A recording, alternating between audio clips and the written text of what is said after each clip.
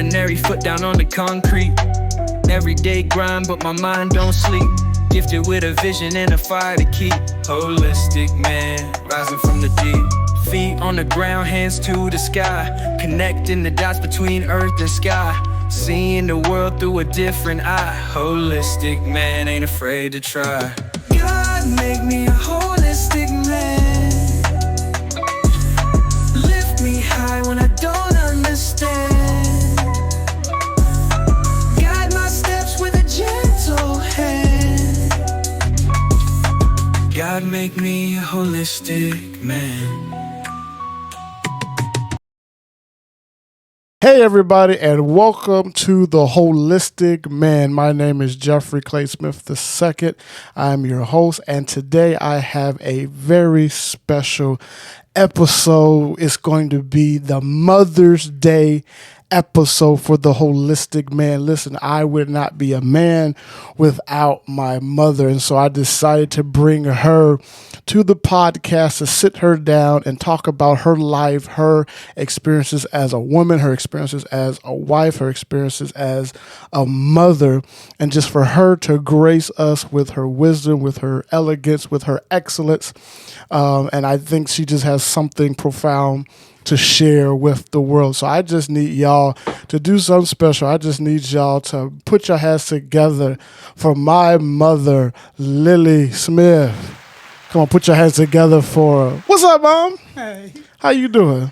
I'm good. You doing good? I'm doing good. Well, thank you for taking the time out just to sit with me and just to have a conversation. You know, we've had many conversations over the years, but as I'm launching, this Holistic Man podcast, it would not be without honoring you, because I would not be here without you. And so I wanted to sit down, have a conversation for you to share your wisdom about just what it's been like to be a woman for all the years of your life, and then just share your wisdom and nuggets of how God has blessed you. And so I'm excited to have you here. Well, thank you for having me. I feel blessed. Okay. And I'm excited. Yeah. Okay. Yeah. So let's just kind of start off the conversation. And first of all, I'm the oldest. We're going to start with your children. So we're going to start with the kids. We're going to start with the kids. So I'm your oldest. And so kind of talk about what it's been like being a mother to raise, 3 children, 2 sons, 1 daughter. And what has that experience been like for you? Well, I'm the youngest of 15. Jesus, hold on. Say that again. My God. I'm the youngest of 15. Jesus Christ. 12 girls. Jesus. And 3 boys. Okay. And so growing up in a big family, it's an experience. Right. But I never wanted that many children, know. Actually, none of my siblings, other than my oldest brother, even came close. My oldest brother has 8. Okay. But everybody else is like the 2, 3, 1. Yeah. They kept it real. They kept it low. Minimal, yeah. And so, when I married your dad, we already knew we wanted kids. Okay. I wanted to be a mother, but one thing I've learned in being a mother, you don't have to be the biological mother. Let me say it like that. Okay. To be a mother. Wow. And sometimes people think that that the only way you can be a mother is biologically have had a child. Okay, can you explain that a little bit? You go in deeper detail with that you said you don't have to be a biological mother. In other words, you get pregnant and you give birth to a baby, because there are many women who have given birth to a baby and they're still not mothers. Okay, that's good. Okay, they're not mothers. Yeah. They just gave birth. Yeah. To that person that God wanted to come into this earth. Okay. And so that's one thing I've learned. But I always wanted to be a mother. Mm-hmm. And when I got pregnant with you, it came out of the blue. Mm-hmm. I mean, we were married, of course, but we had planned to put pregnancy off for another year or so. Okay. But God saw otherwise. Right. And so I found out I was pregnant. Mm-hmm. And of course, we didn't know if you were a boy or a girl. Gotcha. I was just too hard to read.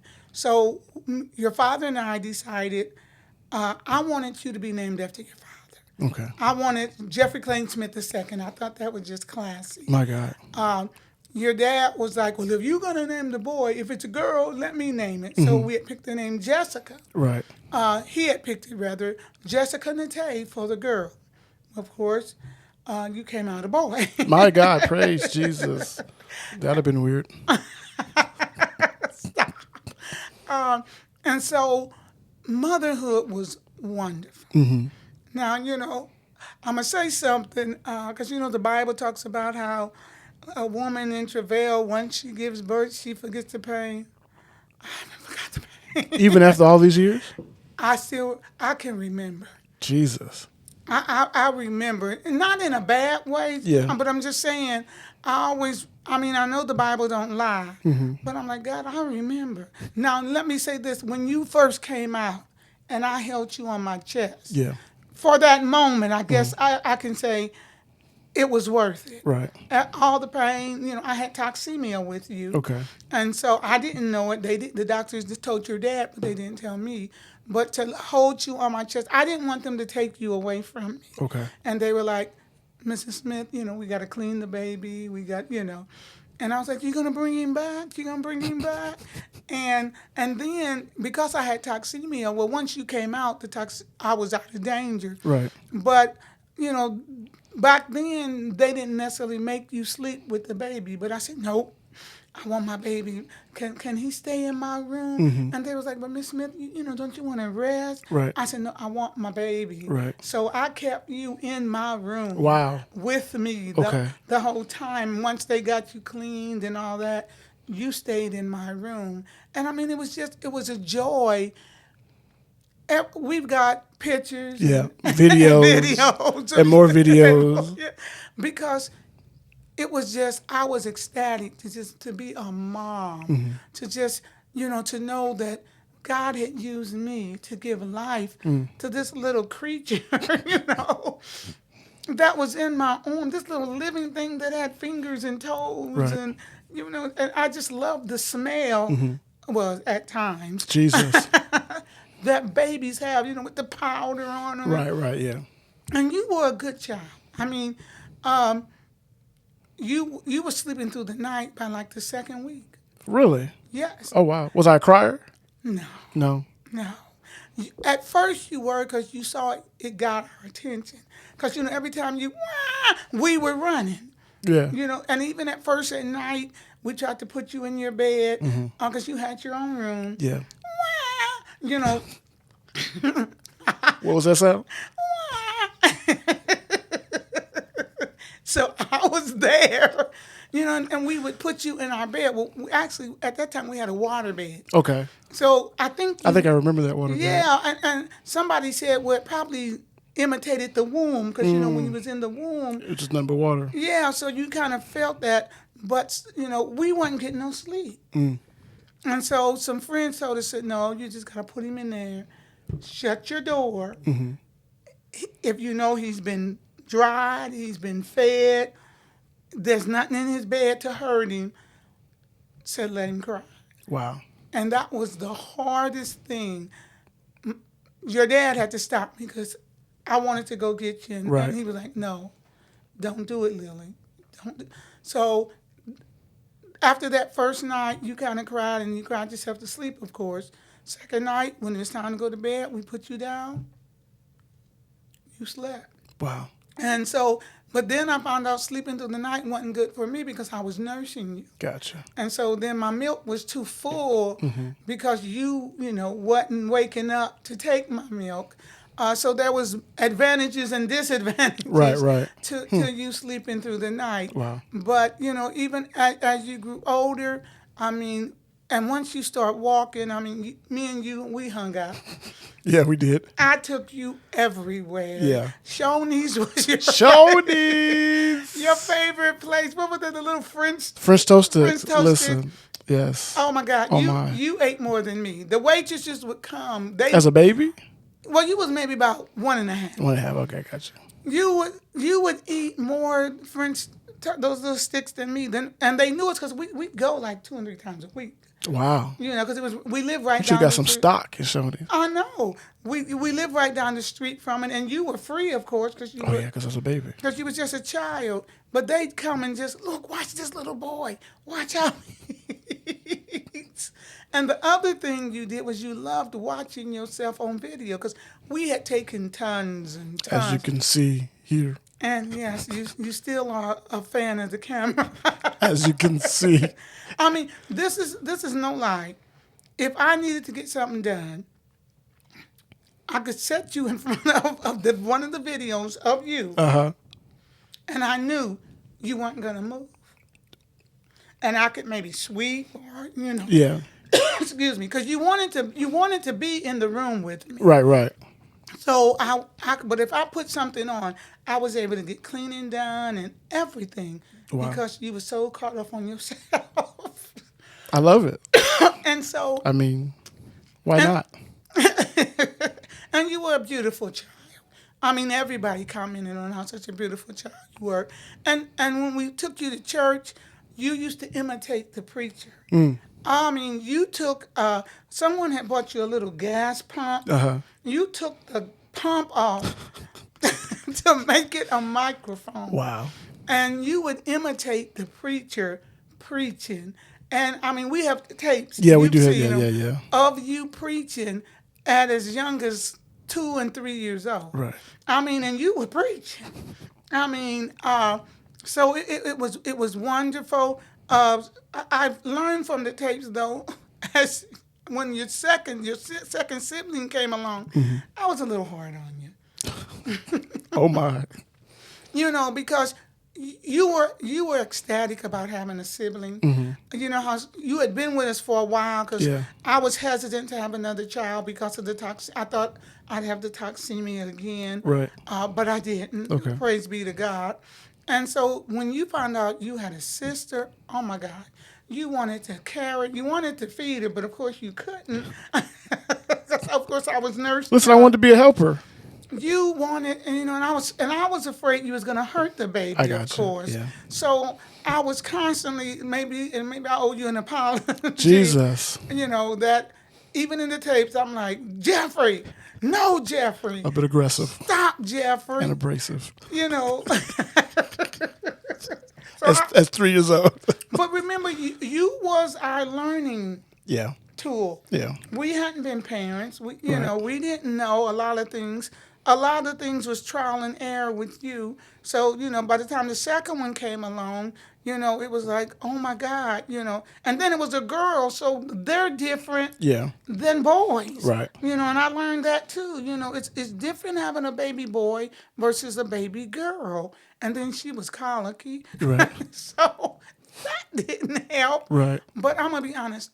I loved being a mother, but the biggest thing about you, when you came along, we had always talked about me coming off the job. Yeah. And so, as I've said before, before we was married, we had talked about it, and I told him, yeah, so sure, I'll come off the job. But I really didn't. By the time it came, I didn't. You know, I felt like I was a career woman, an educated woman. Yeah. You know, independent woman. You know, super woman, and he had wanted me to come off right after we got married, about a year into it, and I was like, no. And then when I got pregnant with you, he was like, okay, you pregnant? Come off the job. I was like, no, wait till the baby's born. Wait till the baby's born. You're trying to push the delay of you coming off. And so, but God worked it, and this to show you how God is. The job God brought me out to Virginia from Indiana on. Yeah. It was a grant-funded program. By the time I was pregnant with you and getting ready to have you that May, the grant was not renewed. Wow. Do you see what I'm saying? Yeah. I would have had to, you know, and I know I could have got just a full teaching job. Right. Because I was one of the youngest administrators at Norfolk State. Okay. And I liked that. Yeah. I liked that position, but it was coming to an end. So, of course, I thought definitely your dad was like, it's ending. So when the baby, because he was like, the baby's going to be born, come off the job. So you were supposed to be due May 18th. We was elated about that because that was my father's birthday. Gotcha. Of course, you was hard-headed. Of course. A little stubborn. They tried to induce labor. You wouldn't come. I didn't want to be here for real. I like where I was at. So you waited 2 more days. Jesus. And finally, I took my time. You took your time. Yeah. And you came. But it was just, and so I was home. Mm-hmm. I'd come off in May because, I was thinking, well, the program's going to end at the end of May. And I had enough time. So from May 1st to, and then on, I no longer was a working lady. I was a full-time mom. Yeah. And as I said, it was a joy. Yeah. I thought I wouldn't like it. Yeah. I thought I'd be bored. Listen, y'all, a full-time mom is harder than a full-time job. Wow. Because think about it. You're going 24/7. True. And then when a second one came along, yeah, it was like Jessica wasn't sleeping in the night, so I was up in the night. You asleep, of course. I was resting.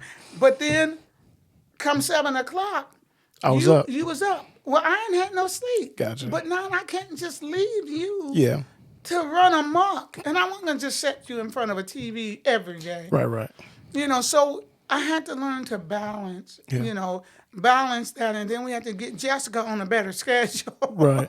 And so y'all were good kids. Yeah. I mean, we didn't have any trouble. I mean, not just as kids, as small kids, but even growing up. I mean, you got into your scuffs. Yeah, but we won't go into that. So you said that we were good kids. You never really had any trouble. No. You talked about, you tried to go into my scuffle. So, I guess I just want to talk about, we're still talking about, you as a mother. So when you got 3 kids, and but can I explain something about that? Yes, go ahead. We didn't know what the second one was either. Okay, gotcha. So again, we had chosen a boy named. We kept the Jessica Nate, and then we had actually picked Jeremy. Wow. For the boy. Okay. But it turned out to be a girl. Yeah. And your dad had always wanted 5 kids. I told him I don't want 5 of nothing. Wow. Honestly, that's funny because I couldn't imagine having 2 more siblings. Neither could I.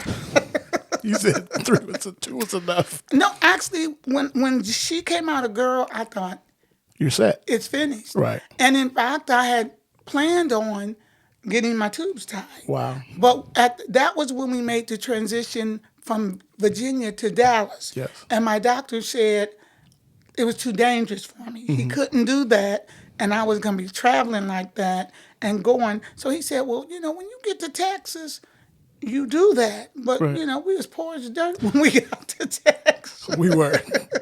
We had nothing. Yeah. And so, of course, I couldn't afford to go to have some doctor give me that procedure. Right. Lo and behold, Buddha. Right, Jonathan K. But he actually saved my life. Wow. Because I had been having these pains, and they thought I was having a heart attack. Right. I had been rushed several times to the hospital, no heart attack. I mean, it was awful. And they just had kind of given up.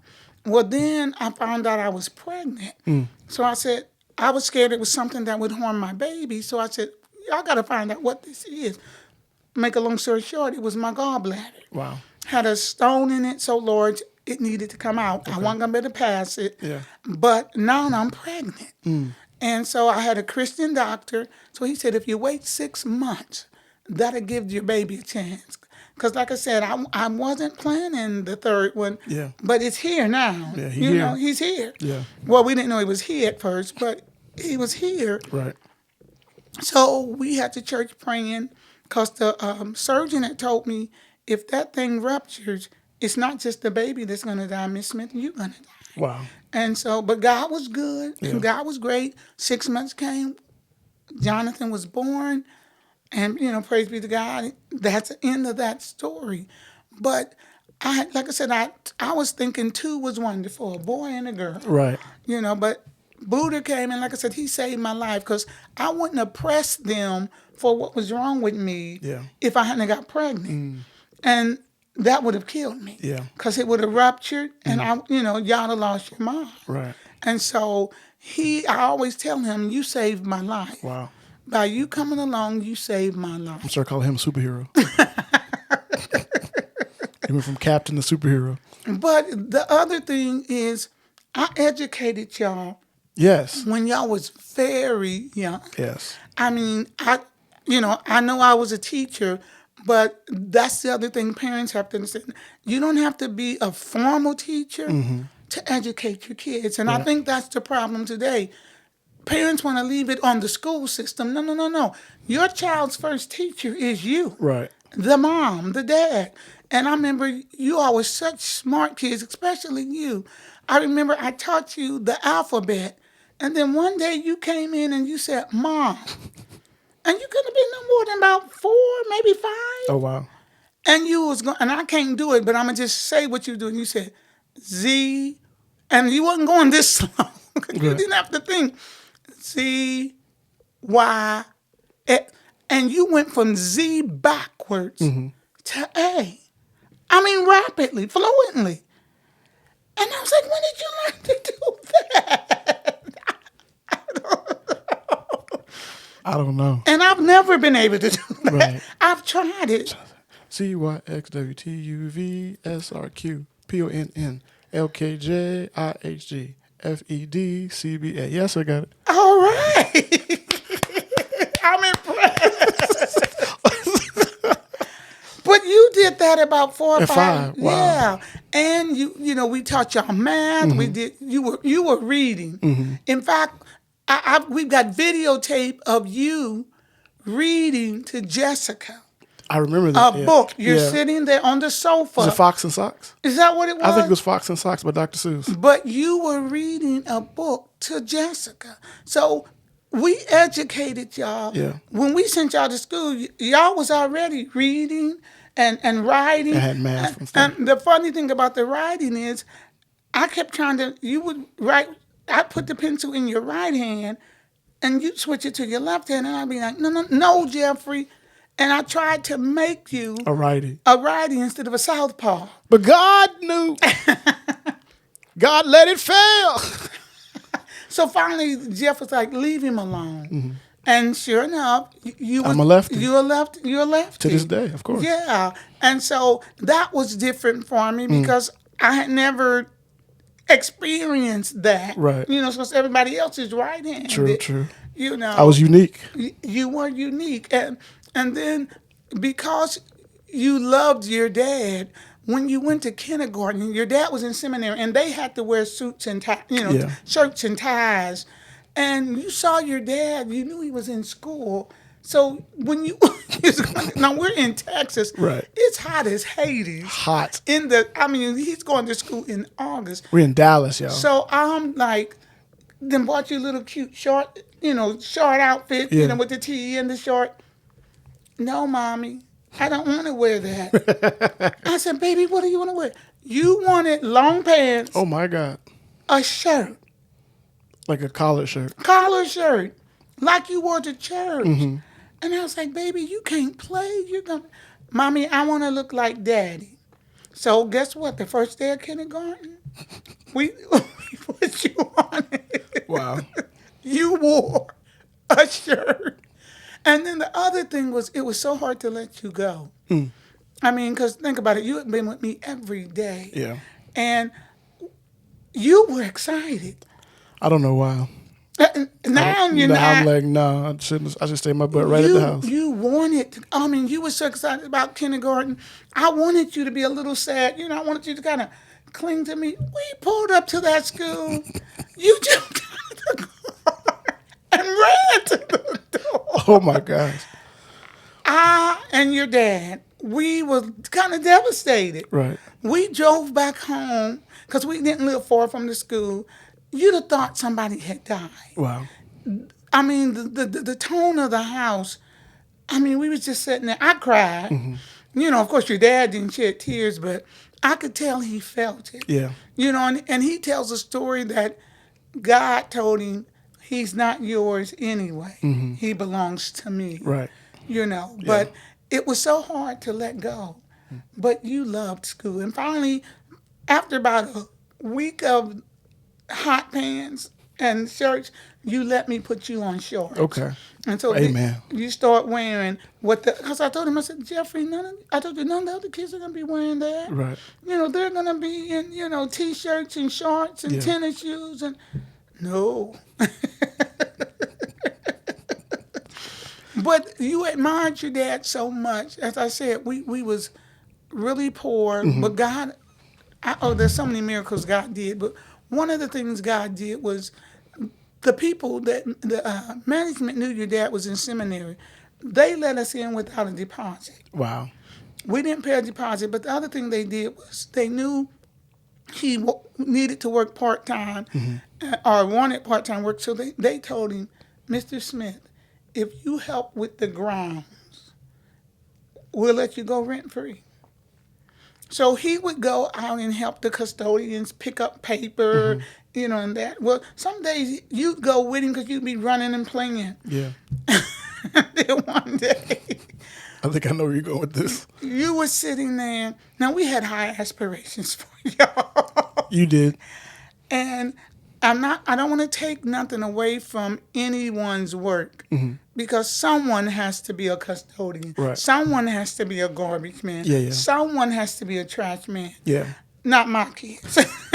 I was just She said, not mine. not mine. So I don't want nobody to think I'm looking down Or on demeaning, those people or demeaning them or not. No. But we were sitting there and you was coloring or doing something and you looked up at me and you said, Mommy, you know what I want to be when I grow up?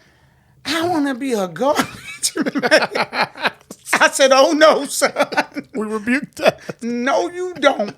And he said, I want to be like Dad. And so I had to explain to you that that's not what Dad was. Right. That Dad was just doing a job while we were in Texas to help us out. But that was not his job, right.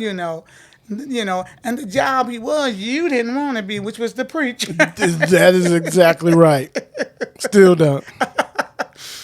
But so, we had to steer you all. And I guess the hardest part of being a mom was like when I sent you out, I realized I couldn't protect you because I wasn't there. Right. So we had to make sure even before that time, we had instilled in you the right principles and the right things so that when you left our presence and God's presence was still with you. Right. Because that's the other thing. You came to us at a very young age. I believe you were 4 before you went to school. And we didn't coerce y'all. I mean, we took y'all to church with us. Y'all went to Sunday school and stuff. But we never said it was like, you need to be saved. You never. Right. Never. We just lived our life before you, and y'all knew God was first in our lives. And you came to us and you said, I want Jesus Christ to be my personal Savior. And we sat you down and we talked to make sure you understood what that entailed and what that meant. Yeah. And you did. Yeah. And so we let you accept Christ. And so, of course, that was good because then that was leverage to say, you're different from everybody else. Right. You've got Christ. You can't do this like everybody else because Christ lives in you. Yeah. So it was a good thing. Yeah. It was, and all of you came to us at young ages and wanted Christ. And so I'm glad to say and to see that y'all still are after Christ. That's awesome. And, I've always shared that when I'm out ministering or whatever, that, I'm always grateful that y'all didn't force Christ down our throat. You took us to church now. Right. Oh, you going to church. It wasn't no gentle parenting like some people do today. Right. Like, no, y'all go get up and you go to church, especially when we were kids. And, that you just put us in that environment. Y'all also exemplified what it means to be a believer. You exemplified it as a woman,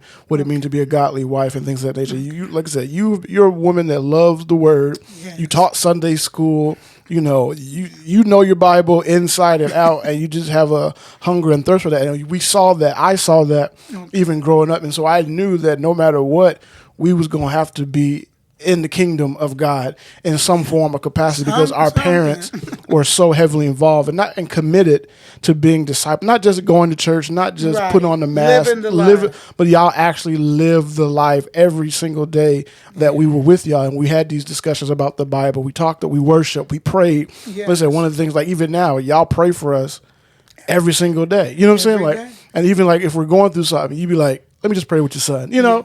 And so like, you know, that is something that has always been a part of my life and an example that has helped me to even grow in my faith and relationship with Christ. So, you know, you talked about, you know what I'm saying, just us in the early stages. And you talked about, and I want to go back to the statement that you said, not every biological woman is a mother. And so then just to kind of take it back, you know, I want to talk about your mother. You know, I want to take it back just a little bit to your mother because, you know, you were an example of how your household should be run and how you should, you know, teach your kids and love on them and raise them in that way. And you come from a big family. So what was it like? Just tell us a little bit about your mom and your experiences with her and how the relationship that you had with her kind of shaped you a little bit to become the woman that you are today. Okay, well, my mom, first I would say I lost her at an early age. Okay. But the times were different. Gotcha. A 13-year-old back then is not a 13-year-old in today's world. Right. A 13-year-old back then would probably be about a 6-year-old back then. My mom did everything for me. I mean, for us, she had 15 kids, and I'm going to tell you right now, you could ask every one of us who was mom's favorite, and guess what we'd say? Me. I'm saying each of us. Gotcha. We all thought we were her favorite. Wow. Now, that's a mother. Wow. Because, you know, today you have favorites and parents do, and that's a mistake. Yeah. But my mom, she made us all feel special. And, of course, that's where I get my celebration of birthdays and Christmas, because there were so many of us. Our birthday was the only time we could feel special. So she did it up. I mean, she did it up. And she was a godly woman. And the other thing about how y'all sit with me in church, wherever mama sat, she had a line of kids on her row. Right there. Y'all not going nowhere. Right. So I can keep my eye on you. We wasn't running all over the church, sitting where we wanted to sit. Right. You know, because there were so many of us. With the older girls, they would sit in the back, on the behind her, because they were older. But the youngest of us, we all sit right on mama's row. She only had a third grade education. I think third, maybe she went a little farther. I know my dad only had a third grade, but she was a reader, and she taught us. And she's the one that gave me my love for reading. Mama would get a book, and she'd read it to us, and she'd get about where the exciting part is. Yeah. Shut the book and close it. And we'd be like, finish, Mom. What happened, Mommy? What happened? Read it.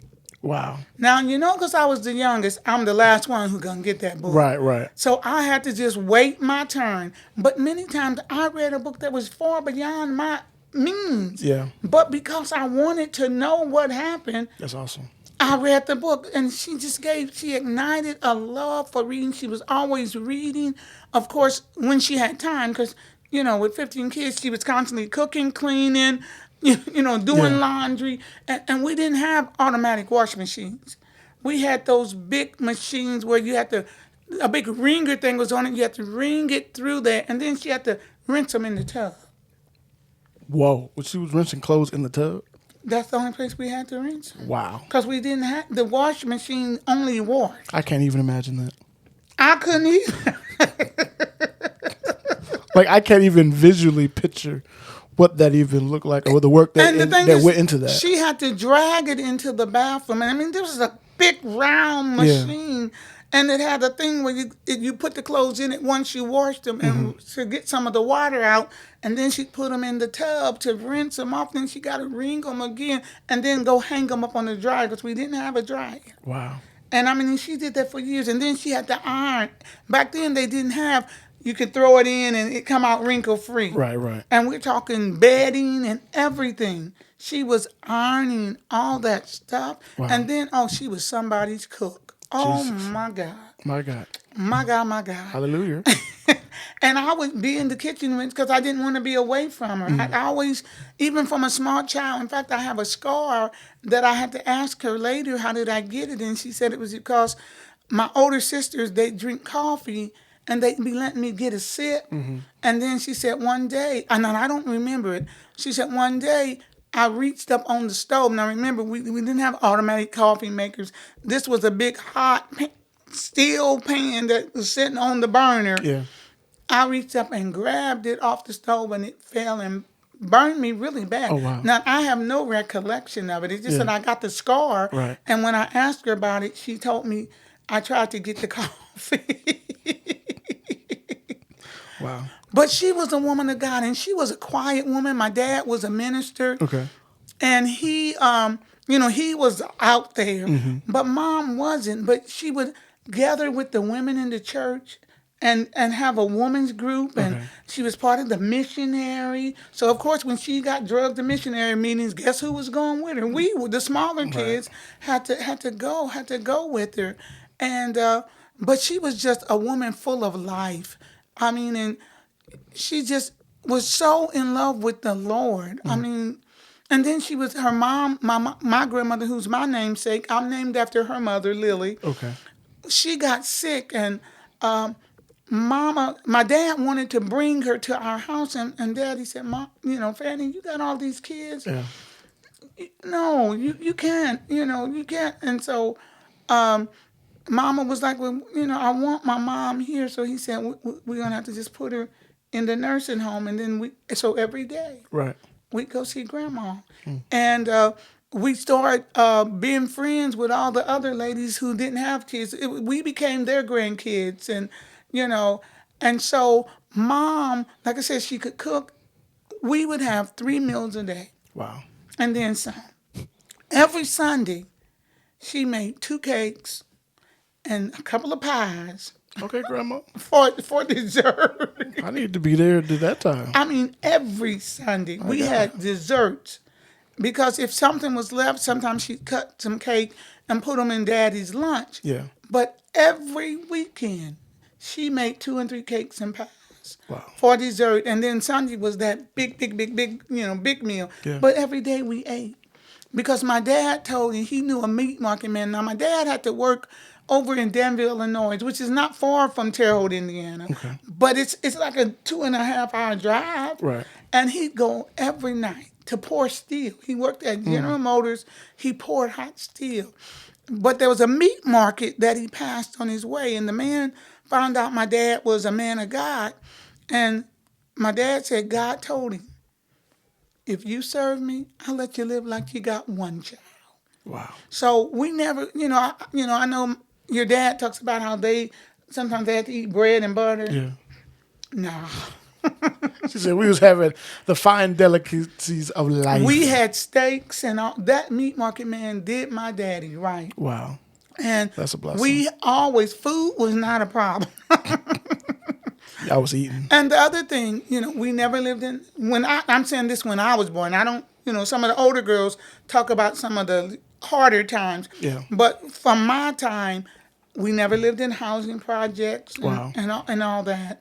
My dad worked, and God blessed him. And my mom, like I said, she didn't even have a Social Security number. Wow. Never worked, but I guess how could you know those kids? Right. I mean, there's no way with 15 kids. Kids were constantly coming. Yeah. But she influenced me in so many ways, and I'm gonna be honest about this. She was so gentle and loving. I guess that's what I remember. I don't remember a whole bunch that I could just say, pinpoint Mom. Yeah. But I remember when she got sick, and she had been down a while, and I asked God. I said, "Are you gonna take my mama?" And He told me He was. Wow. And He did. And that, I think, was the hardest part of my life when He took her, because we just weren't ready for that. We weren't ready for that. But my dad remarried. Right. And I loved my stepmom. In fact, we just buried her in 2020, and she was 97. Wow, that's a blessing. So, she was good to me. But Mama, instilled, I think, everything about a woman that I needed, even in those, even though I didn't have her a long time. Yeah. Because I was with her so much and I saw her, and she spoke volumes into us. And a lot of things she didn't tell me about being a woman, but she showed me. Yeah. Because she didn't know she was going to be gone that soon. Right. So she hadn't had the talk. She hadn't had, talks about certain things and everything. But I watched her, even with my dad, because sometimes my dad was a little mean. I'm going to just say it. Yeah. I've heard the stories. Yes. And so, but she was always gentle. I used to, and this is a lot, I do some writing. And I remember I even was writing a story. And in the story, it was me, but I didn't name it me. And I remember saying, my mom and my dad must serve a different God. Because dad's God is harsh. But mom's God is so loving and gentle. Wow. And I always wondered about that. I said, they can't serve the same God. He said, I'm getting two different Personalities and not here. all the time. I mean, Daddy loved God, and he showed that. But there was just that fleshly part of him that I guess the spirit hadn't got control of. It was running wild. That kind of run amok at times. I mean, but then he showed, my dad was fun. I used to always remember the negative, and then I realized, why am I always looking at the negative? So I started thinking about the positive times. I mean, Daddy would play with us. He'd play games with us. He'd cheat, but he would play games and stuff. And then the other thing, we traveled. We traveled all over the United States with him. Wow. Even though we was poor. And even though he was poor, every year General Motors, every 2 years I think it was, General Motors would let him get a new Cadillac. Oh, wow. He drove Cadillacs. That's nice. Till we got bigger and he realized Cadillacs ain't making it. So then he started getting those 3-seat station wagons. Right. Because he was like, y'all too big to stuff us all in there. When we was little kids, And so, but we saw Mom and Dad reading the Bible, praying. I mean, Dad believed in God so much that my sister, Debbie, now remember, he's in Danville at work. And it's going to take him, he works 8 hours, and he still got 2.5 hours to come home. She fell out of a tree and broke her arm. And she wouldn't let Mama take her to the hospital. She said she was going to wait on Daddy to come and pray for her. Oh. And she sat all day. She had to have been in terrible pain. But when Daddy came home, and Mama said, that girl's been, George, that girl been waiting on you to pray. Said Daddy said he barely reached, said the bone jumped back in. Wow. Said it jumped back in. Jesus. Just like that, it was healed. My God. And so he was a man of faith. Yeah. And so was my mom. Even when she got sick, some of the older girls had thought Daddy kept her from going to the hospital. But remember, I told you I'm always close to her. I was in the room when Daddy told her, he said, go, Fanny, go to the hospital because they can care for you better than we can. Yeah. Said, I won't let them make a guinea pig out of you, but go. And I heard my mom say, George, I don't want to go to the hospital. Don't you take me to no hospital. Wow. And he was like, are you sure? So she was a woman of faith. I mean, they believed in God. I mean, when we got sick, prayer. Yeah. I mean, one time I got sick and I was like, Daddy, I'm too sick to go to church. He said, no, you need to go to church. That's where the healing of God That's where the glory is. Yeah, you need to go. Right. And Mom was the same way. She was like, go, be where, we used to hate it because one of our sisters lived next door. And at that time, she was grown. She wasn't in church, but she had her own family. Yeah. And we didn't have a TV.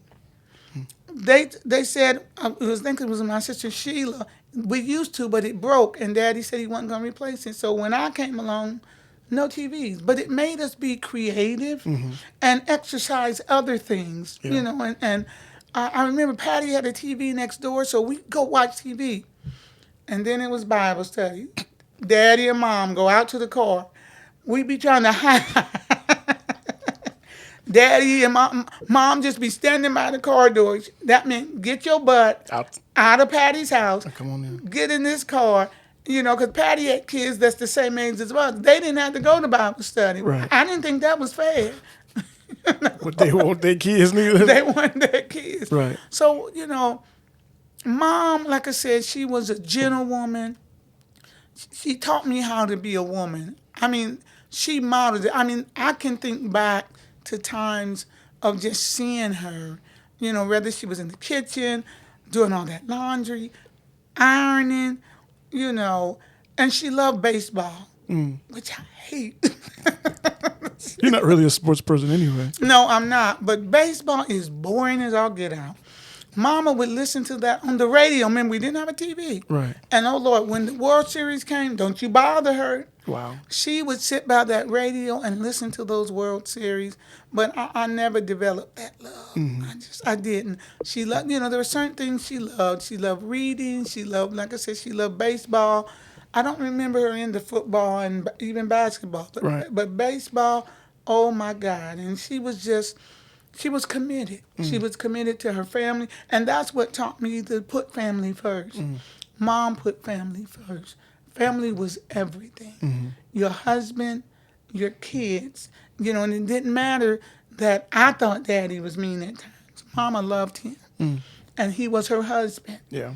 And that's what she was committed to. Wow, that's awesome to just kind of, I don't think I've ever heard that you tell that story about, about grandma in that way. I've always heard you say she was kind, she was generous, but never seeing how she was the example to you and how that shaped that, and knowing that she was a woman of faith in that regard. And I never knew that story about how, you heard her say that in her last days that she didn't want to go to the hospital, that she wanted to be with her family, with her husband. I think that's a powerful testimony. And so you talked about, both your parents and your, be a people of faith. Do you think, their faith rubbed off on you in such a way that it helped you as now that you no longer have your mom, you have your stepmom, totally different life, totally different pathway in a sense. Do you think the faith that you learned from your mother cemented with you in such a way that you've been able to endure the life that you've had as a woman since then? Definitely, because I'm going to be honest, I accepted Christ at age 10. Okay. So when I lost my mom, I'd just been with Christ 3 years. Wow. I was 13. And if I hadn't had Christ, I don't think I'd have made it. Because even with Christ, and here's why churches need counselors. I contemplated suicide. Wow. When my mom left me, I thought my world was over. I couldn't fathom life without her. I'm sorry. I couldn't fathom the life without her. And so her faith was instilled in me. She trusted Jesus, so I wanted to trust Jesus. Right. And that's what I did. I said, I'm going to trust you, Lord, in this. And even though it was tough. I'm not going to lie and tell you when I went through so much.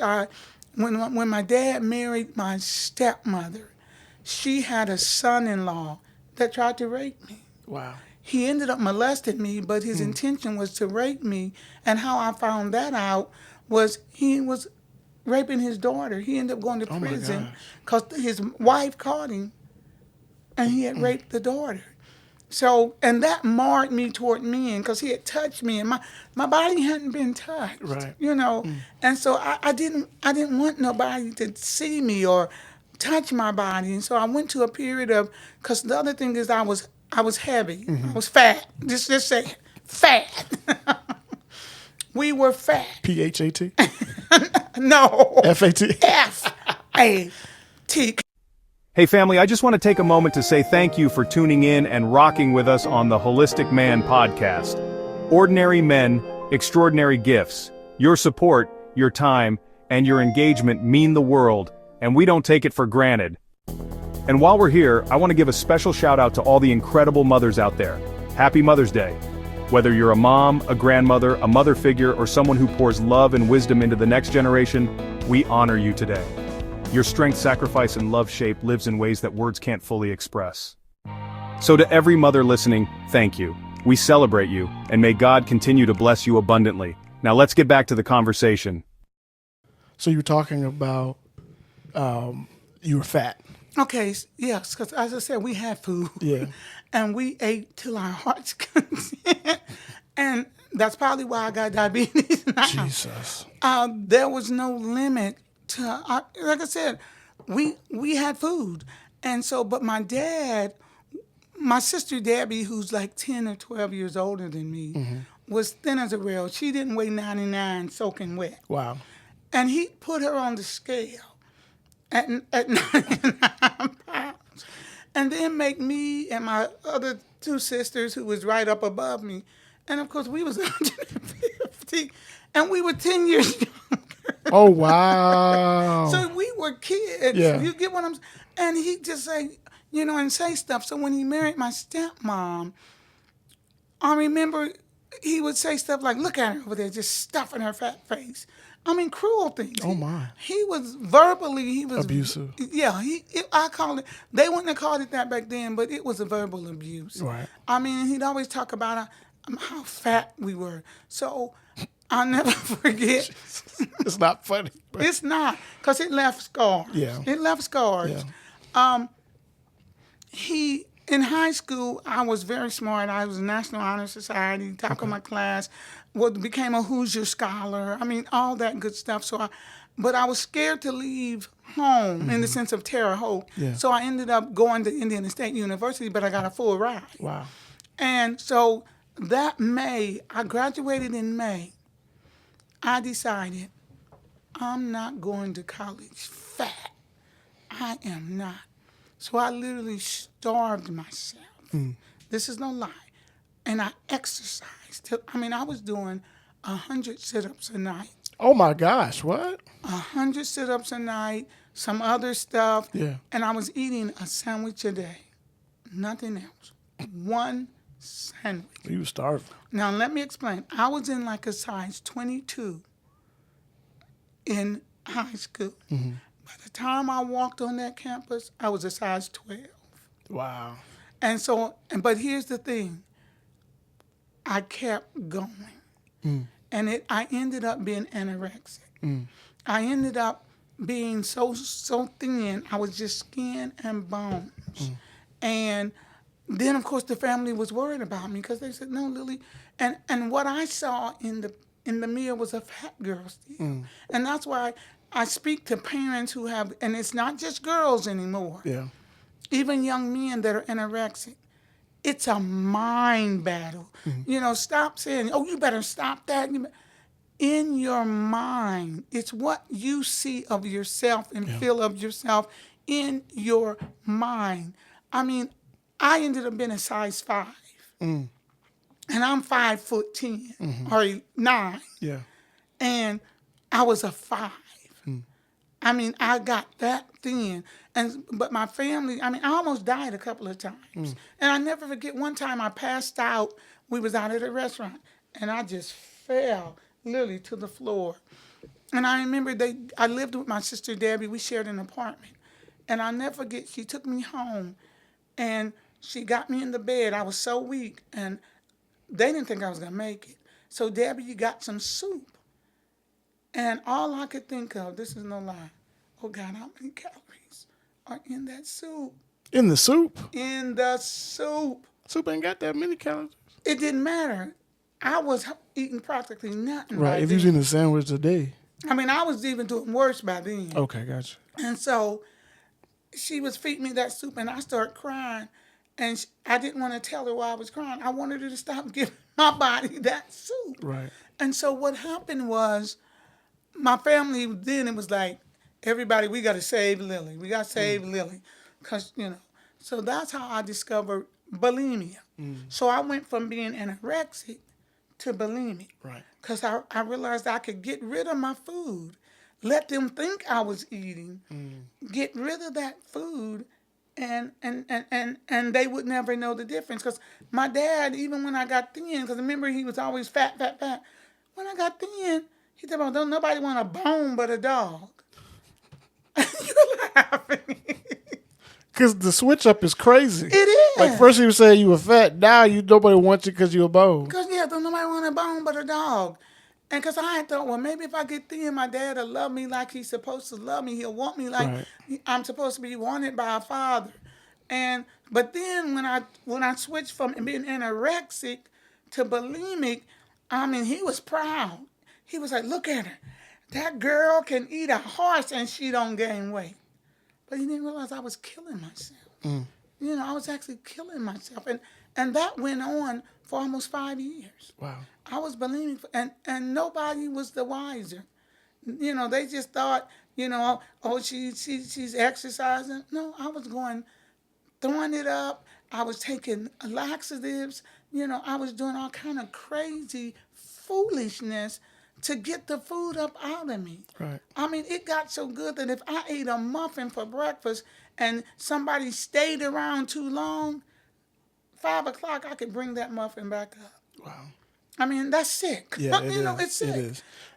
And so with that, I just want to jump in real quick. So with that, with what you were dealing with, what would you say to the women that are currently maybe facing those things? What an encouragement of how they can overcome that? That's what I was going to say. God, Jesus, even though I was doing that, and I knew it was wrong, I had to catch hold to Jesus and the relationship. And I had to look back and say, you brought me through my mom's death. You brought me through the molestation. You brought me through my dad's cruelty, and I'm still here. You have a purpose for me. And I remember one time I was going to commit suicide, and I was going to take some pills, and it was like the Lord spoke to me. I don't remember if it was an audible voice, but he said, Lillie, you're trying to take what I died to give you. Jesus. I died to give you life. Never again. Never again. Now, am I going to say, have I, of course, the devil's going to always use that. That's a weakness. Yeah. But he won't make me do it because Christ died to give me life. Yeah. So why would I take the life he died to give me? Wow, that's good. And so that ended that. I said, nope, can't do that. Yeah. And so anyone that's going through that, first of all, I'd say, tell somebody. Now, I did try to tell one of my sisters, and of course her words were, just stop. Just stop. That's why I'm saying to parents, it's not a just stop. Right. I needed some more help than that. Yeah. I needed somebody to walk with me. And I'm saying to parents, if you can't be the one to help your child, get your child some help. Yeah. Because if they don't have Christ and they're not grounded, and I like to think I was grounded in him, you will take your life. I'm just going to be honest about it. You will. Because it was so hard, and my self-image had been destroyed. I even thought, because I was only 15 when my stepbrother did that, and I thought it was something I did. And I didn't tell my dad because I thought my dad would blame me. Wow. He'd say, because he was always saying stuff like, yeah, y'all just want to bring me down. Y'all just going to go out there and get pregnant. Even as an adult, he'd say that to me, and I'm thinking, Daddy, I'm a virgin. Ain't nobody been. I ain't in no sheets. Thank you. But, it was like, I'm thinking, and I didn't even know how to be pregnant. No, I was green. I know. I didn't, because my mama didn't have a chance to tell me that, and none of my sisters thought to tell me that. Wow. And I didn't know. And then my dad was always talking about, because our sect of church didn't believe in women wearing pants, because my dad was always saying the pants pertain to a man. So I'm thinking a man's pants will get me pregnant. Yeah, that is a real belief. She believes I really that if she wore some man's pants, she was going to get pregnant. So talk to your daughters. Let them know. Talk to the sons, too. And the sons, too. Don't let nobody wear their pants. Because they might get them pregnant. Stop. But that's real. But that was the time, too. Yeah, that's true. You know, and so it was just you have to get your kids help. And if you're a person doing it, seek help. Yeah. And if the first, when my sister kind of like said, just stop, I realized she wasn't a help. But I had other sisters that I didn't even try. Right. I didn't go to them, and I should have. Right. I should have went, or even somebody in the church. I should have went, and I didn't even talk to my minister, and I wasn't about to talk to my dad. But I'm saying, even as I left Terre Haute and came out here, I didn't even talk to my minister, but he preached 3 messages. That's when God spoke to me about the bulimia. Wow. For crying out loud, I got them in my phone, but it was 3. The first one was for crying out loud, and that's when God the rage within. I take that back. The first one was the rage within, and God, that just resonated. That word resonated in my body, and God was like, "No more, my daughter. You belong to me. You're my vessel." And then the second one was for crying out loud after you had released that rage. And then the third one was, let's go on from here. And I did a 360. Wow. But here was the problem after that. I still didn't want to be fat. She said, take this fat from me, Lord. No, because then I was thin. Like I said, because this is the time I'm coming here. I'm looking fine. Right. I'm working it. Yeah, you supermodel. Yeah, and I'm not. You was Naomi Campbell before it was Naomi Campbell. Yeah, and here's the problem. I'm not stupid. I realized I had abused my body from age 18, and now I'm 20 something. I know if I just started eating, what's gonna happen? Gonna blow up. Exactly. So I'm thinking, I can't. What do I do, God? So I joined the gym. I started eating like salads and stuff. Okay. But I realized I can't go the rest of my life like that. And because here's the thing, this is no lie. When I was in that, in between anorexia, bulimia stage, if I gained a pound or 2, I was suicidal. Oh, wow. And that's why I'm telling parents, please be careful how you handle your kids. Yeah. Because I wanted to take my life because I gained 2 pounds. Wow. 2 pounds. If you drink water, you gain 2 pounds. 2 pounds. That's crazy. But I remember that time. And because you know what? Because God was working with me. And that was my only salvation, was my relationship with him. Wow. If I hadn't had that, you wouldn't have been here. My God. And so, and that's how I knew I was healed after those 3 sermons that the pastor preached to me, because I got on the scale one day and oh my God, I gained 5 pounds, which really wasn't nothing. Yeah. As far as nobody could tell, the scale said 5, and I didn't feel like killing myself. And I was like, oh my God, I feel okay. I gained 5 pounds. Right. And then I met your dad. Your dad and I started dating. My God. And he kept saying, you don't eat enough. He should have left me alone. You don't eat enough. Because, I'd be just picking at my plate. You know? And he said one day, we was in the restaurant, and he told me, you ought to try some of that bread. And he saw me reach for that 3rd piece of bread, and he said, he was like, what have I unleashed?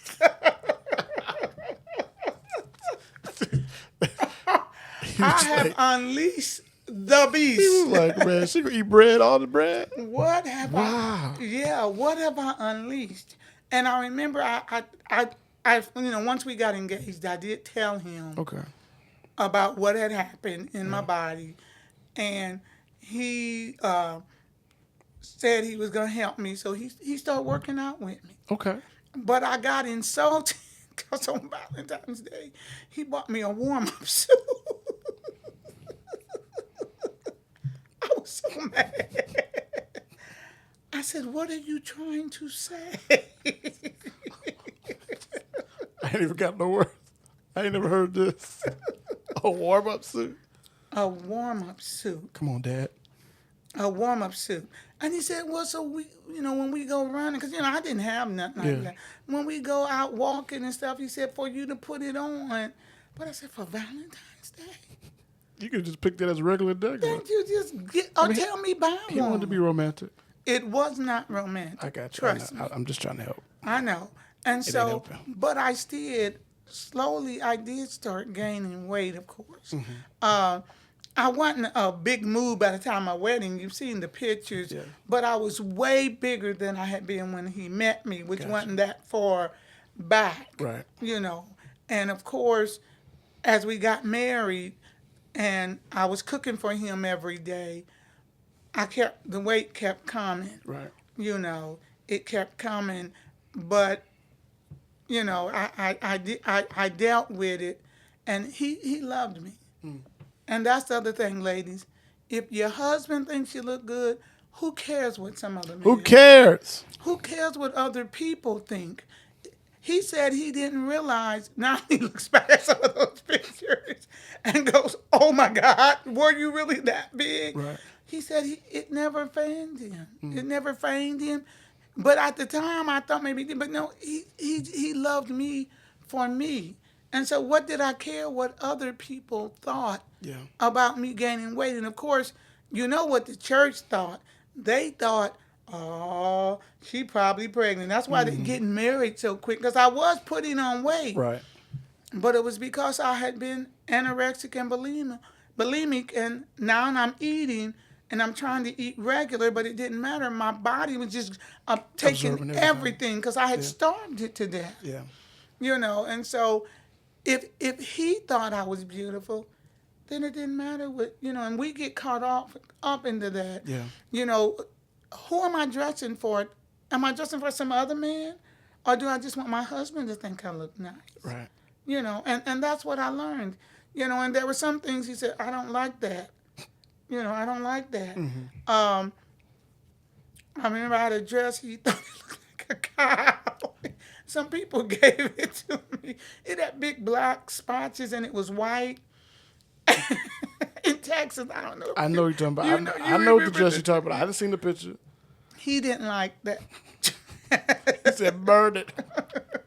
But special people in the church there had given it to me. I got you. So I wanted to wear it because they gave it to me.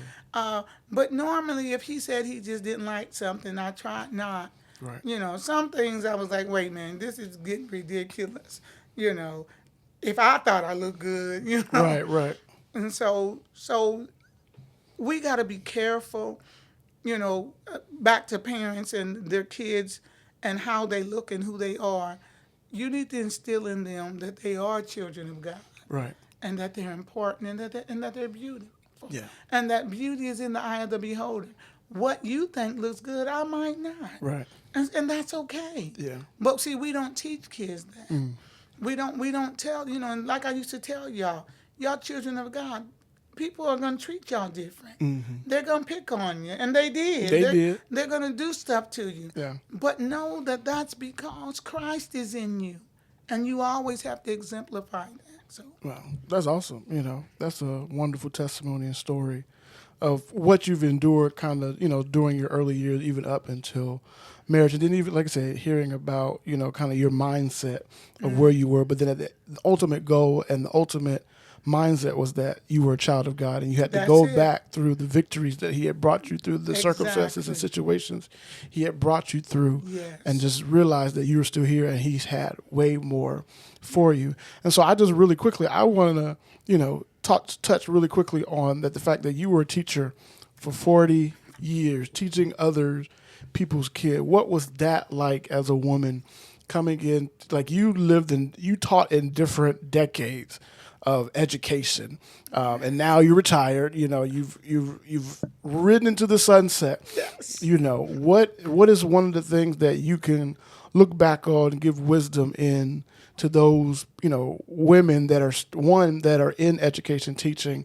but then what is one of the things that you've learned that God has shown you while being an educator for over 40 years? Well, when I was a child, I knew I wanted to be a teacher. Okay. But let me tell you why as a child. Because I wanted to tell people what to do because I was tired of people telling me what to do. Because you're the youngest of 15. That's why.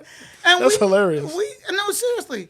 And I was like, I'm going to be a teacher when I grow up so I can tell people what to do. But later, when I got in college and stuff, I realized I wanted to make a difference. I wanted to make a difference in kids' lives. And that's why I went into elementary education, and that's why I became a reading specialist, because I wanted to help kids. And there's nothing like it when you see that light come on. I compare it to a caterpillar turning into a butterfly. It's the most rewarding thing you can do. And to get into about what's going on now versus back then, the other thing is they took corporal punishment out of the school. And that was a mistake, because the Bible tells us, spare the rod, spoil the child. Now, I don't think a child needs to be abused. And I think some of my whippings and our whippings back in our day, I think some of that was abuse. Because it was. They would beat us with Hot Wheel track and wire hangers. Extension cords. We'd have shoes thrown at our faces. Tables, chairs, anything they could grab, it was thrown at y'all. And that's abuse. But, you all were whipped, but you was whipped on your butt. With a belt. Bertha. And And your dad the one thing he did, he said he never whipped y'all angry. So he let himself calm down from whatever it was you had done, and then he spanked you or whipped you. That's not abuse. But the school system took that away, and now I heard a lady explain it. She said, parents got a hold and decided to go against the parents. So now the teachers. Parents was decided to go against the teachers. Against the teachers. Okay. So now teachers were scared of their administrators. The administrators were scared of the downtown, the superintendent and the school board. The school board is afraid of parents. And the parents are afraid of their kids, and the kids ain't afraid of nobody. Wow. And that's powerful. That's it in a nutshell. That's a deep cycle right there. These kids are not afraid of nothing. They have no honor for nothing. And it's a difference. See, when I started teaching, it was a joy. It was a joy to go to work. I'm not saying it wasn't hard. Right. But you got checks and balances. Joy. And I'm not saying we didn't have some bad kids, because I remember a little boy named Lee Felling, and God told me to love him because they would send him to the principal's office. They'd paddle him. I even had to paddle him one time. And I said, God, I was just 23 years old. I was like, God, what am I going to do? And this boy was almost as big as me. They were fifth graders. Yeah. And God said, you're going to love him. Wow. And I loved that. I loved him. I even told him, I said, because he was like, you're not going to send me to the principal? Nope. What are you going to do? I said, I'm going to love you and ain't nothing you can do about it.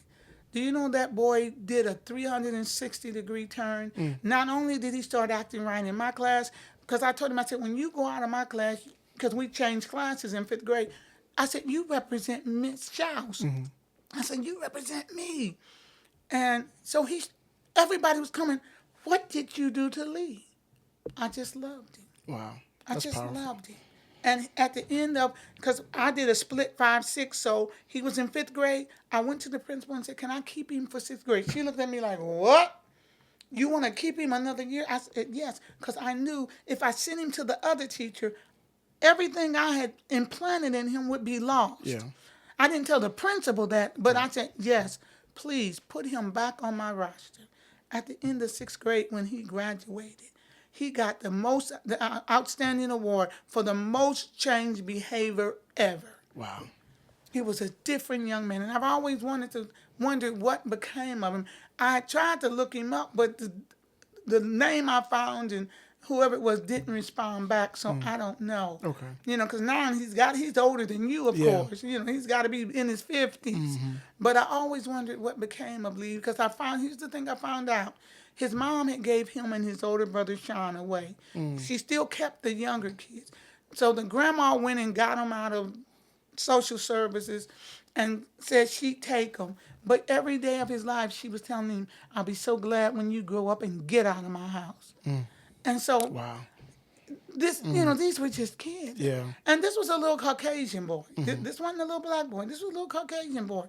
And I loved him till he changed his behavior. Wow. And even his grades start coming out. He wasn't no A student. But, I mean, he was failing everything because he didn't try. He didn't care. He didn't have no hope. But then when he realized somebody really cared about him, Wow. it made a difference. And that's what I say to teachers. Love the kids. Love them. And they'll do what you need them to do. Yeah. But, I'm not telling you it's going to be easy because that boy tried me. He tried me. I ain't lying.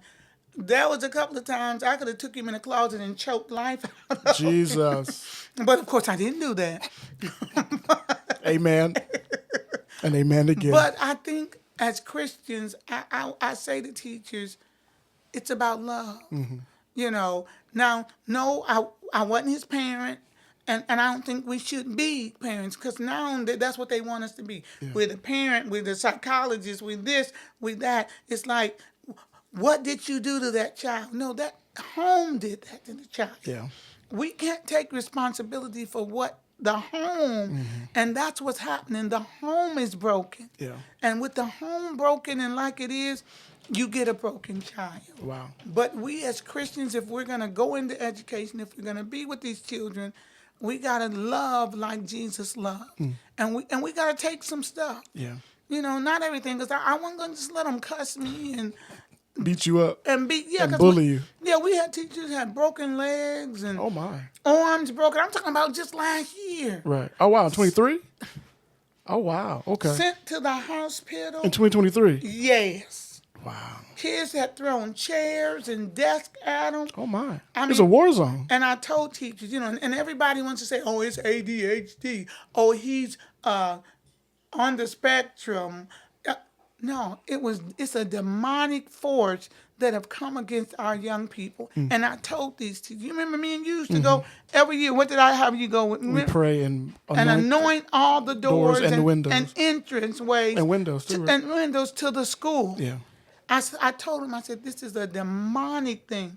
And I've rebuked some kids. One little girl, she was climbing up the window. Little first grader. First of all, if she failed. Little Annabelle. First of all, if she failed. The exorcism in the class. The teacher was going to get in trouble because she was going to break some little bitty old thing. I went and I said, get your butt down.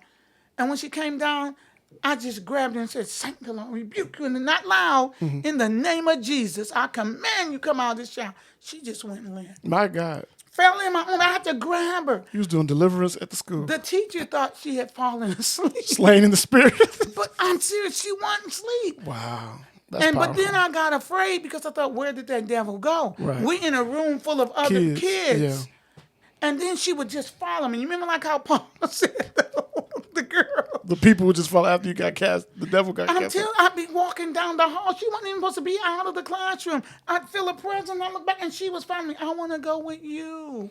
I want to be with you, Miss Smith. She said, I want to be where the glory is. And I was like, no, baby, you got to go back to class. You can't just follow Miss Smith around the hall. She said, you got Jesus. I need him. And she said, that demon been tormenting me my whole life. My whole life. And she got better. She got better. Wow. I'm not saying she did everything better, but she got better. And then come to find out she had two brothers that were demonic. And the one... It was Legion. I'm telling you, when that spirit was on him, he was afraid of me. He'd see me in the hall, because, of course, the administration was taking him because he had been bad. Yeah. And he'd see me come and he'd go, no, I don't want to. No, get out away from me. And I hadn't done nothing but walk down the hall. He saw Jesus. But then, he had the authority. When that devil or that spirit went on him, he'd come and hug me and everything. My God. And that's why I said, y'all, this is a spiritual thing. And that's what I say. We got to fight for our kids on the spiritual realm. Yeah. Quit talking about, oh, yeah, they just ADHD, give them some medicine. No, we got to fight on our knees. We got to demand Satan let go of our kids. Come on. And so don't get me preaching. Come on, prophetess. Come on, preach. No. Preach the word. Yes. No, you'll get me going. Yeah. But seriously, that's what I'd say to educators. Take it serious. And we're losing so many educators because it's so hard now because administration don't have your back. Yeah. I mean, and in some places, the pay ain't good. I mean, our last superintendent took care of us. Mm-hmm. He upped Hampton to where we was top in the state. Mm-hmm. And so it can't go back, I don't think. So yeah, it'll never go back. But see, here's the thing. The pay ain't worth it, what you got to go through. Mm. And that's why some teachers, they don't care. Forget that pay. In fact, that's why I retired. I knew this year I'd be making 6 figures. Mm. But I said, that ain't worth it. And I got to put up with all that. Yeah. Plus, I was afraid I'd end up on CNN.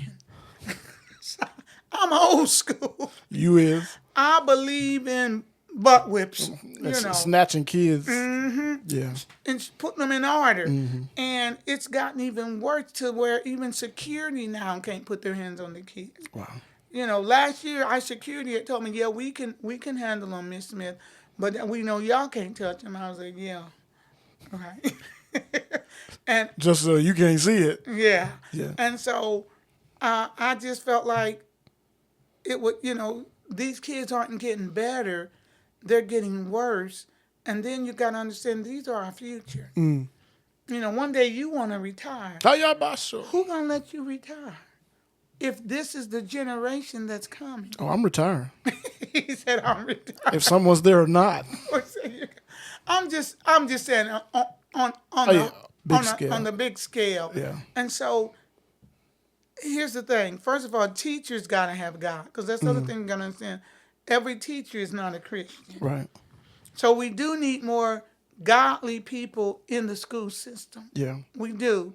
And secondly, we need to show more love, and just ask God. If God don't tell you do it, then don't go into it. That's what I would say. Wow. Don't just do it for a career, because it ain't a career no more. Wow. It's pain. Yeah. It's hard. Even though we need teachers, if you don't feel led of God to do it, don't do it. I'd say don't do it. Yeah. Wow. That's powerful. Just to hear that story, even with that little girl with the spirit, and you literally had a deliverance session with her and cast that spirit and that devil out, and then she went limp. It just talks about, it just makes me realize that, even our churches need to be doing deliverance and helping these families, helping these children come into the kingdom of God and understanding that it is a battle. It is a war zone that we're in, and Satan is trying to gain, advantage by, like you said, influencing the next generation, because if they don't know God, if they're not in the church, then who's going to be the next preachers and apostles and prophets and pastors? There was a time parents took you to church, and then there was even a generation where grandparents. Now nobody. Nobody. And there is one regret I have. I had some third grade boys. Bad as all get out. They were my small group, because as a reading specialist, I work with classes, but I pull small groups. Yeah. They had got on my last nerve. And I turned to them, because, they were sitting around my little table. And I just looked at them. I said, oh, y'all going to hell. They stopped. What? I said, all of y'all going to hell. I said, one of you. They got all quiet. They said, what you mean, Miss Smith? I said, this behavior. I said, God ain't pleased with it. Mm. I said, y'all can control this. I said, the one of them, I said, no, you don't. I said, you have a choice. Mm. I said, y'all need Jesus Christ. And so they said, tell us. So I gave them the whole spiel for salvation. Wow. They was like, will you lead us? And then I got scared because I realized I'm getting ready to bring these boys into a relationship with Christ. They're going to go tell it, and I'm going to get fired. Right. And I stopped, and I said, because a couple of them went to church with their grandmas. I said, when you go to church with your grandma, when at the end the pastor asks you to come down, I said, go down. Wow. When he gives that, I said, that's, for you to come. I said, and you can go down and do it. And to this day, I regret that I didn't, because I felt like God would have. Now I feel like God would have protected me. Yeah. Even if because those boys were asking me, they were asking. They were hungry for it. They were desperate for it. I had brought them to the point where they wanted it, and I told them go to church and do that. And I'd always said, if another student, I don't care. Yeah. I'm going to bring them across that threshold, and I don't care if they tell that Miss Smith introduced me to Jesus. I said, because these people talk about who they done laid with and whose husband they done stole and what they done done. And I said, and if y'all want to stop me from talking about Jesus, then he got something better for me. Wow. And that's one regret I really do have when it came to me and salvation and ministering to kids. Those boys were hungry for Christ at that time. Wow. They were hungry. That's powerful, and so we got to be bold, because God calls us to be the salt and the light. And so he places us in certain dark places to bring the his light, and I thank you for, sharing that, because I feel like there's many more people that have been put in that predicament and have been fearful and doubtful. I know even in my position, I've been fearful and doubtful and going gung-ho with the salvation story or really proclaiming Jesus Christ. But, at the same time, it's like, nah, if that's what we're here to do and God leads us and influences us and open that door, then, we need to walk through it, because he has something greater that he wants to do. So thank you for sharing that story. And so, go ahead. No, I was going to say, and the one thing I did start doing, because, cameras are everywhere. Yeah. We used to try to step out of the camera when somebody wanted me to pray with them. I stopped. And so I lay hands on their shoulder, and I start praying right. One time I did it, the camera was right in my face. I didn't care. It's a smile. You're on candid camera. By the time I got to the end of my career, I was like, enough of this. Yeah. Too many people are hurting, and people were coming to me asking for prayer. Wow. And I said, okay, because they was like, do you want to step? I said, no, we ain't stepping aside. We ain't stepping nowhere. I said, because they said, Smith, we in the camera. I said, okay. And? Okay. They need Jesus too that's watching this. Okay, so, and I didn't. I wouldn't step aside. I just prayed right where we were, because I said, no, that's the trick of the enemy, because always you try to get somewhere and somebody interrupts you. I said, no, we need to pray right now. Wow. Right now. Wow. So, you got to be bold. I mean, and that took a while for me to get there. I ain't going to tell you. In years past, I used to try to pull them in a place where we was hiding. Yeah. But I said, no more. We got to be bold. The devil's bold. Satan does what he wants in broad daylight. He don't hold back. No. So we, the children of God, we got to be bold. Come on. We got to go for it. Come on. Whew. That's I right. felt that. Jesus. Whoa. My God. Be like the lion. When he hears a song, he don't flint. Come on. He just walks boldly through that jungle. He just roars. That's it. Yeah. And walks boldly through. And that's who we are. We children of God. Yeah. So now that you in this bold phase, retired and done, what do you feel like your next step is? What do you feel in your bold faith that you need to tell these women, as a woman that's seasoned, that's sanctified, that's filled with the Holy Ghost? Bold. Now, what is God laid on your heart for women? And this is what we'll close with. What has God laid on your heart for women? What do you feel like through your experiences, your life, your wisdom, your knowledge, your ups, your downs, your trials, your tribulations, your temptations, that you can give to the women, from child age all the way up to young adult, and even women that are your age? What do you feel God has called you to say, speak, impart unto them? So just kind of share. Well, I told you some time ago that I felt like he was calling me to be a Titus 2 woman. Okay. Can you explain what that is? If you know the scripture, it talks about the older women teaching the younger women to be keepers at home, to love their husbands, to do the right things, to build the kingdom of God. Right. And so I've always felt like I had a ministry to women. And there was a lady in Dallas that really brought that home, Miss Shirley Bryant. She's gone on to be with the Lord now. But she was over MOPS. Okay, gotcha. The lady over MOPS. And she really instilled how that woman could minister like I don't know what. But she felt like, because the Bible said about women not usurping the authority of a man, she felt like she wasn't supposed to minister over men. DTS wanted her to speak at some of their conferences. She wouldn't. Dallas Theological Seminary? Mm-hmm. Okay. Unless it was for women only. I mean, and this woman could preach. Mm-hmm. I'm talking, Shirley could minister. Was she a hooper? No, she was a Caucasian. They hoop too? But she wasn't a hooper. Remember, okay. This is from the Baptist perspective. Okay, gotcha. Okay. And so she wasn't a hooper, but deep spiritual insight, you know, I was blown away by it. Because, you know, coming from a Pentecostal background, we was taught Baptists weren't saved.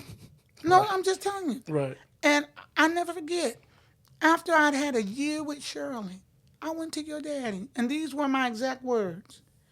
If Shirley Bryan is going to hell, we all going to hell. Ask him. That's exactly what I said to him. Because here's the thing. She lived it. Right. She had the fruit that we're supposed to have. And that's what I want to say to women. It ain't about you being out front and you doing all this. Do people see your fruit? Can they see the fruit of the Spirit in everything you do? Not some things, but do they see your fruit? And I mean, and then I'd go to these women conferences where Janine Hendricks, Howard Hendricks' wife. Okay. I was friends with her. Yeah. I was touching the greats of the great. Yeah. And I'd go to conferences, and you know how they was introduced. Now, Janine had all kinds of degrees and she was the wife of Howard Hendricks.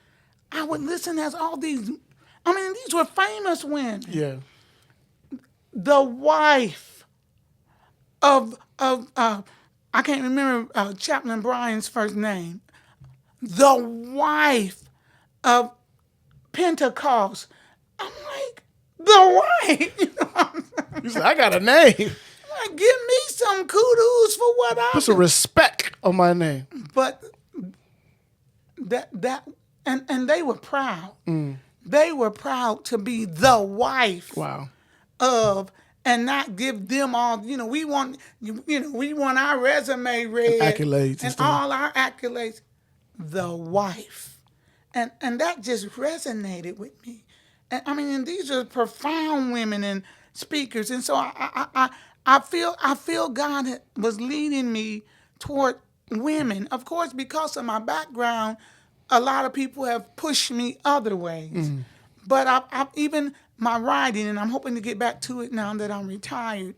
My writing, I believe, is to be to women and to minister to women and to make women understand who they are.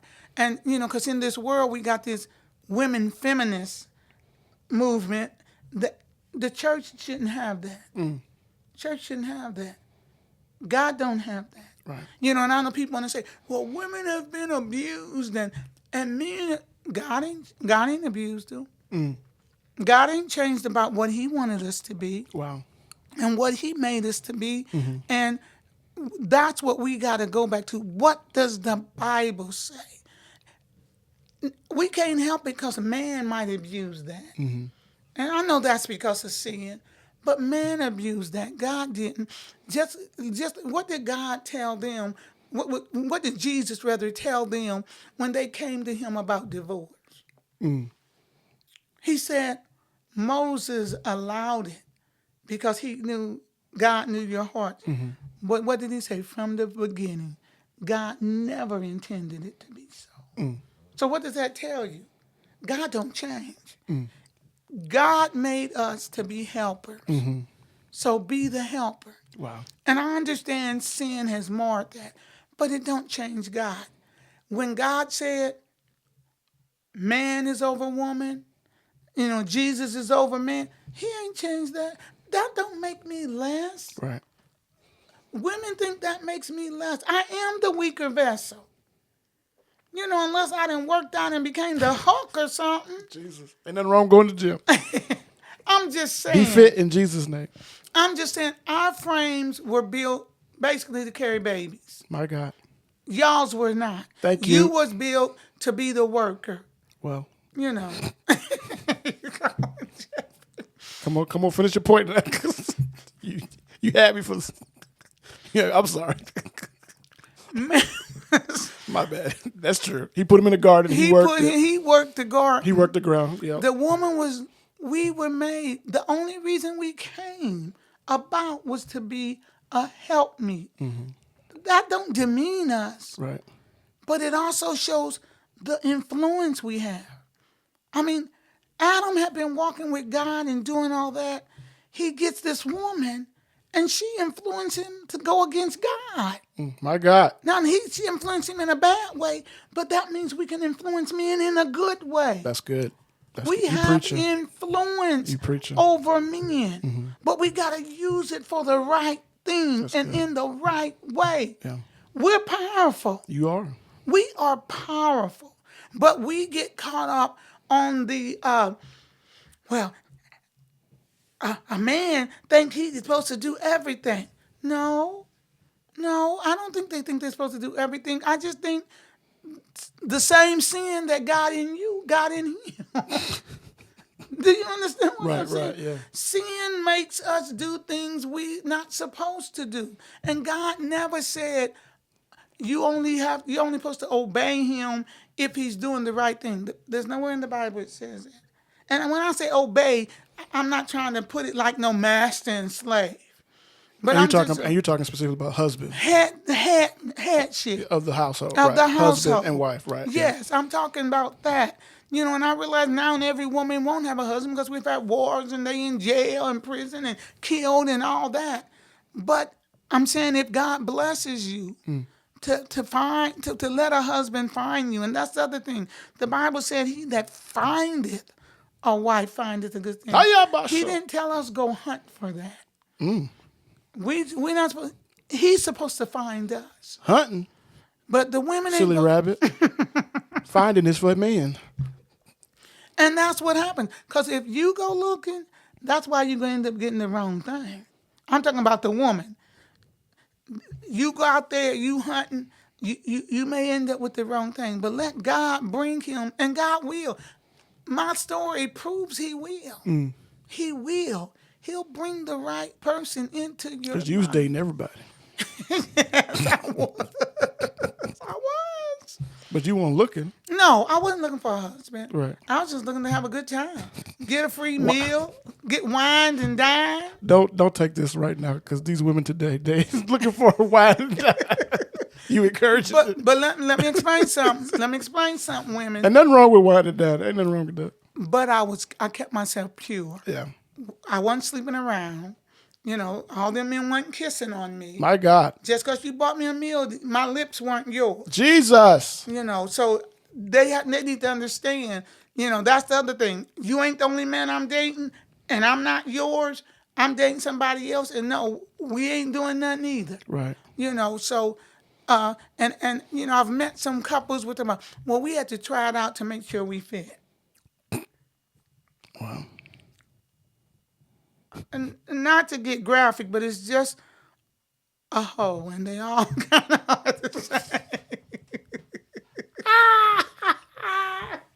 How to make sure you fit? What the devil? The devil is a liar. That's a word. It's just a hoe. I'm thinking. It's just a hoe. I'm saying My no, God. really. No, but I'm saying really. There are virgins even today, and now that's a dirty word. Right. Let me speak that. Can I speak to that for a minute? Go ahead, prophetess. Virgin is a dirty word. It's like if you haven't slept around and done all this or had a baby out of wedlock, something is wrong with you. But the devil is a liar. God called us to be virgins until the day we did get married. Right. And that's every woman. And even if you messed up, it's not too late. Yeah. do a about face and say, from here on in, I'm going to be celibate until the God calls me otherwise. Because we don't understand. We're not living right by the Bible. Because you know what the Bible tells us? What do you If you know a fornicator, don't even eat with them. My God. Don't eat with them. Jesus. You're not supposed to associate, and you know they fornicating. And we just bring people in. We accept them. I'm getting ready to say this, Lord, forgive me. What we doing? I got a nephew living with a girl, and just last Sunday, I saw him up on the keyboard with the worship. Okay, got you. You see what I'm saying? What is this? And then we wonder why the world don't want Jesus. Right. Somebody has to live the life. And I'm not saying we're going to live it perfect, but there are some things that are off limits. They're off limits. Come on now. Yeah. You know, we got to stand for something. Yeah. You know, so, yeah.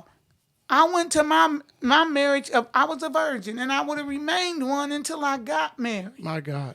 Because that's what God taught me, and that's what my mother even stood for. And even though my father was harsh, that's what he stood for. Yeah. You know, keep yourself pure for God. Our relationship with God should be the most important relationship that we have.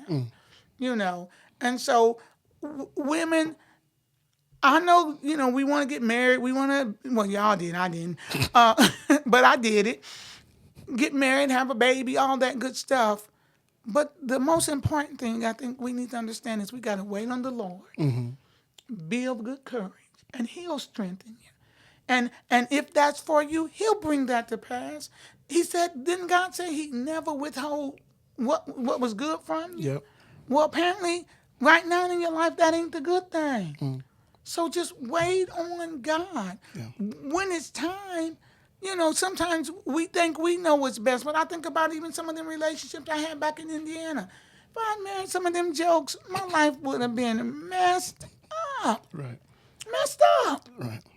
And so we got to be patient, even with ourselves, you know, and don't think less of yourself. Life is to be lived. I mean, do stuff. I mean, and that's why I try to tell even my kids, travel, you know, go get cultured, be cultured and stuff. Enjoy life, be around people, you know, entertain, and, you know, socialize. Right.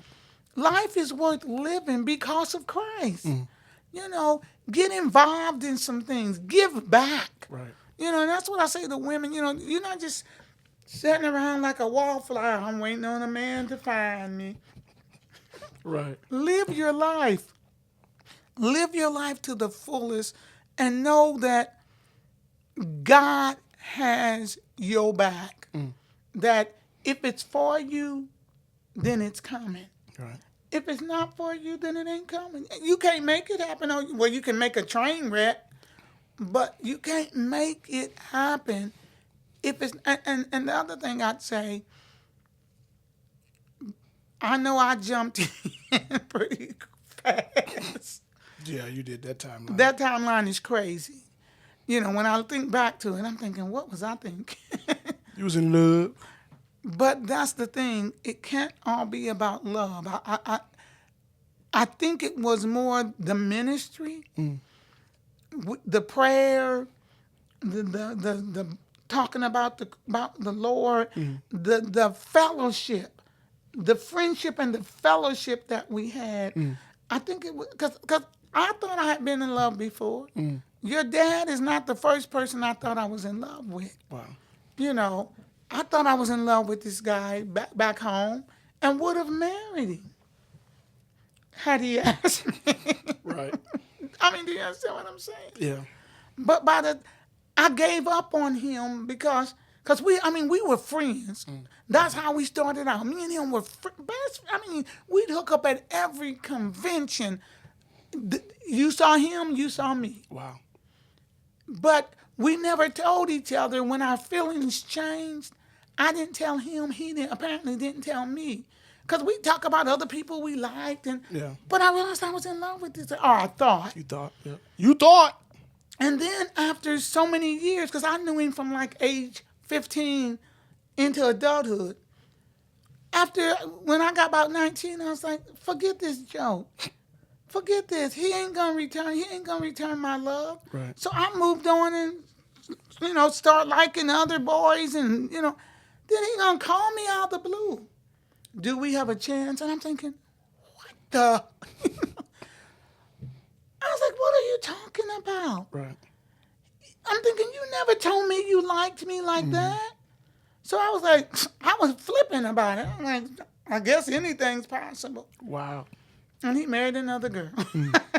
Well, praise God. Later to tell me in front of my sister Becky, I would have married your sister, but she was mean to me on the phone. She said anything is possible. KG. But you understand what I'm saying? So I feel like that was God protecting me because that wasn't the man for you that he wanted me to marry. Yeah. But I could have, you know what I'm saying? I could have messed up. Yeah. I could have messed up. And so I'm saying, listen to what God is saying to you. Don't be so, oogle-eyed or whatever, googly-eyed that you don't hear the voice of God, telling you this is okay, And then sometimes God lets you go into stuff and it still ain't okay, right? But if I could leave them with one verse, it would be trust in the Lord with all thine heart. Lean not on your own understanding. In all your ways, acknowledge him, and he'll truly direct your path. Well, amen. Well, Mom, I thank you for you taking the time just to share your story, your wisdom, your nuggets, and I am truly grateful that you are my mama and you left them other jokers alone and had me. And my siblings, of course, but specifically me, because this is my podcast show. And so I am grateful. No, for real. Cause I'm glad I had you too. Right. Just all the wisdom. And, as I've gotten older, I've understood you a lot more. I've understood your life.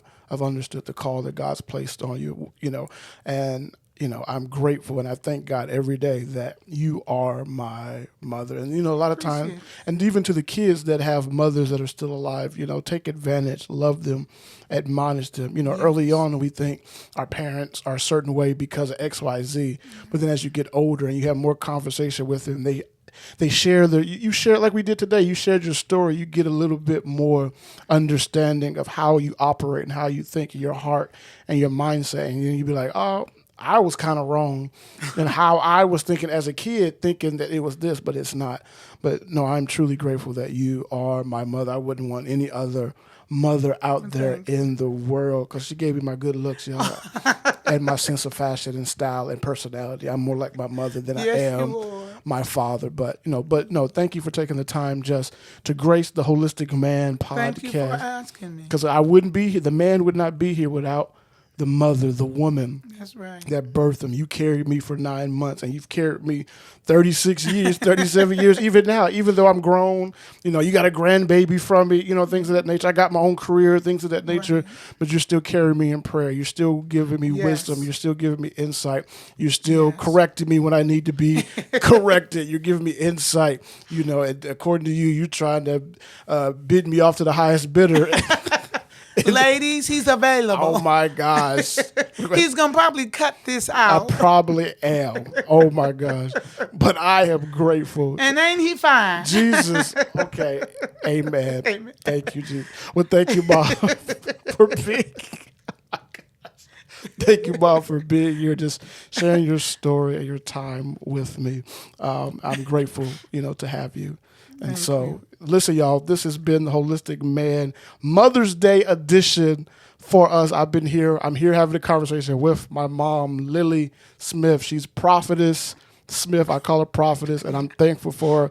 Be on the lookout for Titus 2 Women coming to a city online platform near you. So God bless. Love you, Mom. Love you too, son. Bye.